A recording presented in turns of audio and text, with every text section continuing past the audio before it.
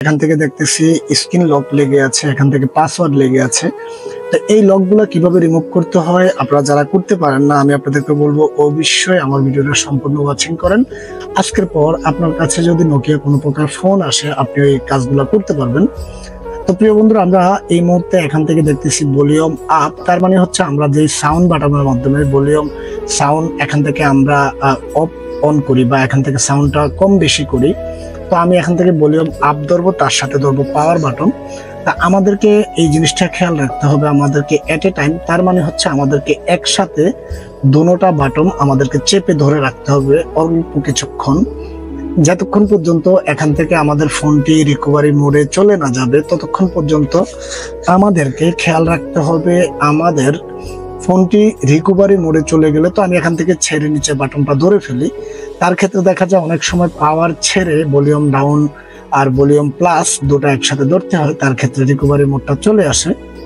তো প্রিয় বন্ধুরা, আমরা এছাড়া আমরা এভাবে নোকিয়া বা আরো অন্যান্য ফোন যেগুলো রয়েছে, রিয়েলমি, ভিভো, ওপো, হাওয়াই, স্যামসাং, আমরা চাইলে প্রত্যেকটা ফোনেরই এভাবে খুব সহজভাবে এই কাজগুলো করতে পারবো। তো আমাদের এখানে রিকভারি মোডটি চলে এসেছে। তো আমরা এখানে আমাদের যে ভলিউম মাইনাস আর আপ বাটন রয়েছে, তার মধ্যে থেকে আমরা এখান থেকে ক্লিক করব। ক্লিক করার পর আপনারা ডাইরেক্টলি এখান থেকে দেখতে পারবেন ফ্যাক্টরি রিসেট।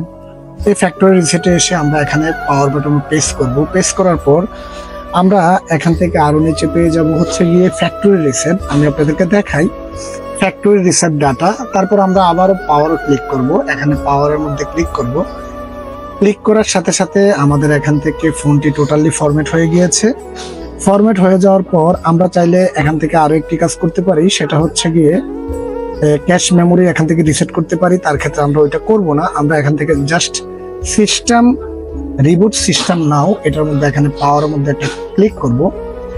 তার সাথে সাথে আমরা এই মুহূর্তে দেখবো আমাদের এখান থেকে ফোনটি টোটালি চালু হয়ে গিয়েছে। বা আমরা মার্কেট থেকে যে সময় ফোনগুলো ক্রয় করি বা মার্কেট থেকে একটা ফোনের যে কন্ডিশন থাকে, ঠিক সেম কন্ডিশন আমাদেরকে পুনরায় আবার জিমেল সেট আপ করতে হবে। আমরা যদি অনলাইন ইউজার করি, তার ক্ষেত্রে আমাদেরকে আরো অন্যান্য সেটিং গুলো করতে হবে।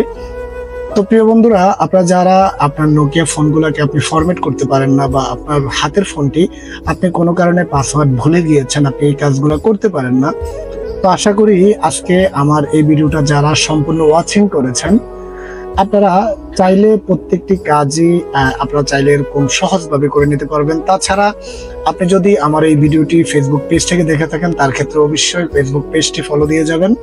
আর যদি ইউটিউব থেকে দেখে থাকেন, তার ক্ষেত্রে অবশ্যই ইউটিউব চ্যানেলটাকে সাবস্ক্রাইব করে যাবেন, কেননা আপনার একটা লাইক, আপনার একটা সাবস্ক্রাইবে আগামী দিন ভিডিও তৈরি করার জন্য আমাদেরকে অনুপ্রেরণা যোগায়। তো যাই হোক বন্ধুরা, আপনার হাতে যদি নোকিয়া ফোন হয়, বা আপনার হাতে যদি স্যামসাং ইউজার হয়ে থাকেন, বা আপনি যদি ওপো ইউজার হয়ে থাকেন, তাছাড়া আপনি যদি ভিভো ফোনের ইউজার হয়ে থাকেন, তার ক্ষেত্রে আপনি হয়তো বা কোনো না কোনো একটু চেঞ্জ হবে। তার ক্ষেত্রে আপনি প্রত্যেকটা ফোনেরই যদি আপনি পাসওয়ার্ড বলে যান, তার ক্ষেত্রে এই কাজগুলো করতে পারবেন। তো প্রিয় বন্ধুরা, আমরা এখান থেকে এই মুহূর্তে নোকিয়া এই ফোনগুলা ওল্ড ফোন হওয়ার কারণে আমাদের এখান থেকে একটু সময় নেয় চালু হতে।